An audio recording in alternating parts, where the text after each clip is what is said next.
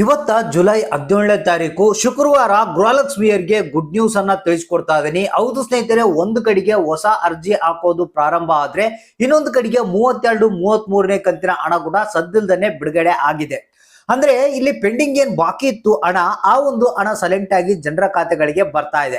ಇನ್ನು ಯಾರಿಗಾದ್ರೂ ಹಣ ಬಂದಿಲ್ಲ ಅಂದ್ರೆ ಈ ವಿಡಿಯೋನ ತಪ್ಪದೆ ಪೂರ್ತಿಯಾಗಿ ನೋಡಿ.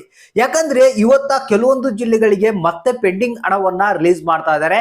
ಇವತ್ತು ಕೂಡ 4,000 ರೂಪಾಯಿ ಹಣ ನಿಮ್ಮ ಖಾತೆಗಳಿಗೆ ಜಮಾ ಆಗ್ತಾ ಇದೆ.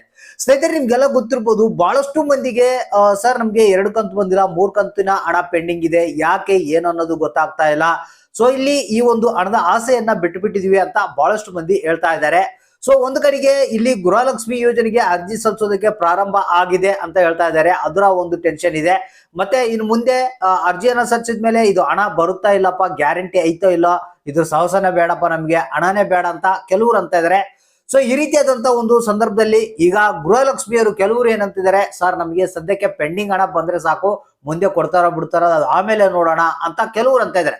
ಸೊ ಹಾಗಾದ್ರೆ ಈ ಜಿಲ್ಲೆಗಳಿಗೆ ಇವತ್ತ ಗೃಹಲಕ್ಷ್ಮಿ ಯೋಜನೆಯ ಪೆಂಡಿಂಗ್ ಹಣ ಬಿಡುಗಡೆ ಆಗ್ತಾ ಇದೆ. ಹೌದು ಸ್ನೇಹಿತರೆ, ಈಗಾಗಲೇ ಕೆಲವರಂತೂ ಪೆಂಡಿಂಗ್ ಹಣವನ್ನ ಪಡಿತಾ ಇದ್ದಾರೆ.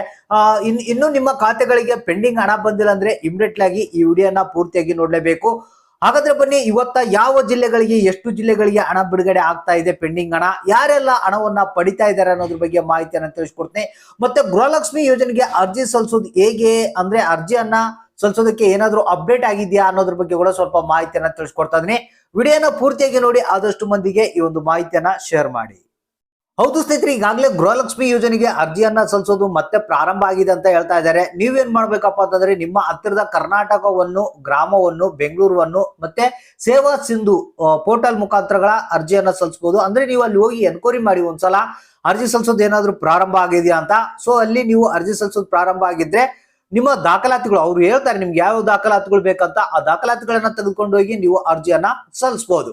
ಸೊ ಇಲ್ಲ ಅರ್ಜಿ ಸಲ್ಲಿಸೋದು ಇನ್ನು ಪ್ರಾರಂಭ ಆಗಿಲ್ಲ ಅಂತಂದ್ರೆ ಸ್ವಲ್ಪ ದಿನ ವೇಟ್ ಮಾಡ್ಬೇಕಾಗುತ್ತೆ. ಯಾಕಂದ್ರೆ ಆನ್ಲೈನ್ ಅಲ್ದೇನೆ ಆಫ್ಲೈನ್ ಮುಖಾಂತರ ಕೂಡ, ಅಂದ್ರೆ ಮನೆ ಮನೆಗೆ ಬಂದು ಅರ್ಜಿಯನ್ನ ಕೂಡ ಸಲ್ಲಿಸುವಂತ ಕಾರ್ಯಕ್ರಮ ನಡೆಯುತ್ತೆ. ಅವಾಗ ಕೂಡ ನೀವು ಅರ್ಜಿಯನ್ನ ಸಲ್ಲಿಸಬಹುದು. ಸೊ ಈಗ ಸದ್ಯದಲ್ಲಿ ಪೆಂಡಿಂಗ್ ಹಣ ರಿಲೀಸ್ ಆಗ್ತಾ ಇದೆ ಇವತ್ತ. ಹೌದು ಸ್ನೇಹಿತರೆ, 32 ಮತ್ತು 33ನೇ ಕಂತಿನ ಹಣ ಅಂತ ಹೇಳ್ತಾ ಇದ್ದಾರೆ. ಸೊ ಅಂದ್ರೆ 4,000 ರೂಪಾಯಿ ಹಣ ಕೂಡ ಇವತ್ತ ಈ ಜಿಲ್ಲೆಗಳಿಗೆ ಬಿಡುಗಡೆ ಆಗ್ತಾ ಇದೆ ಅಂತ ಹೇಳ್ತಾ ಇದ್ದಾರೆ. ಯಾರಿಗಾದ್ರೂ ಹಣ ಬಂದಿಲ್ಲ ಅಂದ್ರೆ ಇಲ್ಲಿ ನೋಡಿ, ಹಾಸನ ಜಿಲ್ಲೆ, ಕಲಬುರಗಿ ಜಿಲ್ಲೆ, ವಿಜಯನಗರ ಜಿಲ್ಲೆ, ಬಾಗಲಕೋಟೆ ಜಿಲ್ಲೆ, ಹಾವೇರಿ ಜಿಲ್ಲೆ, ಬೆಂಗಳೂರು ನಗರ, ಬೆಂಗಳೂರು ಗ್ರಾಮಾಂತರ, ಕೊಡಗು, ಕೋಲಾರ, ಬೆಳಗಾವಿ, ಕೊಪ್ಪಳ, ಬೀದರು, ಮಂಡ್ಯ, ವಿಜಯಪುರ, ಮೈಸೂರು, ಚಾಮರಾಜನಗರ, ರಾಯಚೂರು, ಚಿಕ್ಕಬಳ್ಳಾಪುರ, ರಾಮನಗರ, ಚಿಕ್ಕಮಗಳೂರು, ಶಿವಮೊಗ್ಗ ಅಂತ ಹೇಳಿದರೆ ಇಷ್ಟು ಜಿಲ್ಲೆಗಳಿಗೆ ಇವತ್ತ ಪೆಂಡಿಂಗ್ ಹಣ ರಿಲೀಸ್ ಆಗ್ತಾ ಇದೆ. ಸೊ ಒಂದು ವೇಳೆ ನಿಮ್ಗೆ ಏನಾದ್ರೂ ಇವತ್ತು ಕೂಡ ಹಣ ಬಂದಿಲ್ಲ ಅಂದ್ರೆ ನೀವು ಮಾಡ್ಬೇಕಾಗಿರುವಂತ ಕೆಲಸ ಇಷ್ಟೇ.